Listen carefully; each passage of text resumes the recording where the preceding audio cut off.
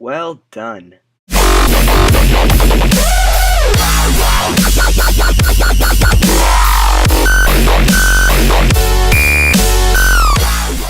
The Wolf Among Us, Telltale's newest game that they've brought into this franchise.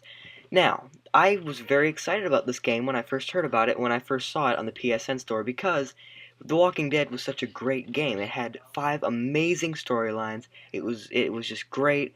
There were so many different ways to exploit how the characters were if you made different choices. I love the fact that you could choose what to say and what to do and who to side with. I loved that. And so seeing this game got me really, really excited. Now, on to the main thing. I really enjoyed this game. It was very interesting. It was only chapter 1, and because all the other chapters are still in progress. I will review each chapter as it goes along. Anyways, this was a very, very good game. It had some great detail. It was all about different peoples and fables, and I remember reading those fables as like when I was really little, and it was just great just to see them again. Like they would show like the pig, and I'd be like, "Oh my God, that's from the Three Little Pigs." It's just recognizing the characters was just absolutely phenomenal. Now, on to the main part of this whole thing. So basically, you start off as the main character, Bigby Wolf, or the Big Bad Wolf. You know, the bad guy.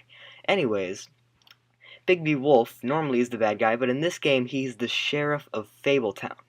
Fabletown is what holds all the fabled creatures from all the stories, such as Red Riding Hood, or Snow White, or the Headless Horseman, or the Beauty and the Beast. All those people are in this. The Three Little Pigs, like any character you can really think of is in this. And I was really excited about this game because it just seemed like something that was just going to immerse me in my time. It was going to take over my social life.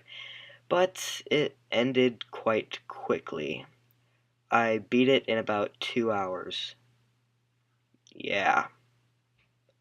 Was not that hard at all. Found all the clues.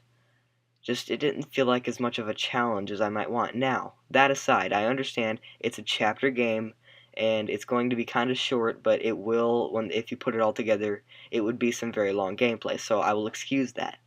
Now, other than that, this was a phenomenal chapter. I loved it. Every piece of it kept me thinking, kept me interested, and it was just absolutely phenomenal. I would easily replay it, and I probably will replay it for other things and how other people might react.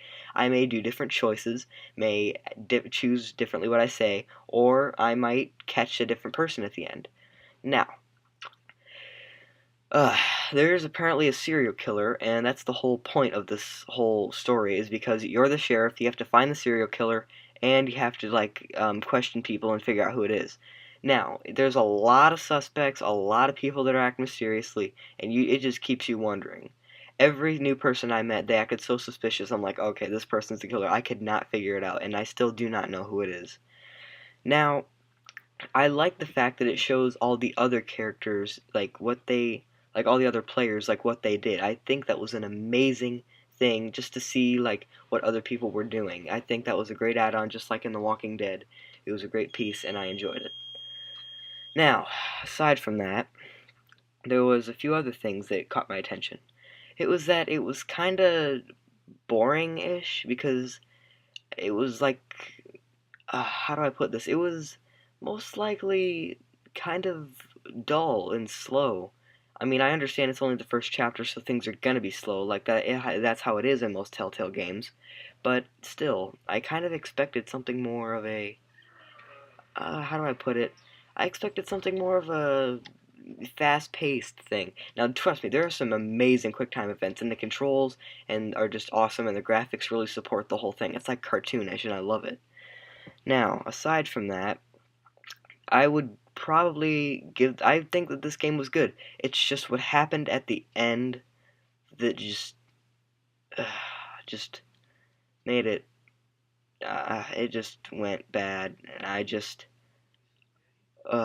was just like, what?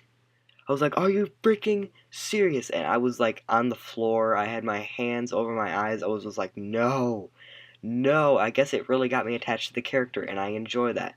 But just the fact of what happened makes you want to replay the thing and see if something different happens. But I'm not going to spoil any of it for any of you who haven't played it yet, but it was it was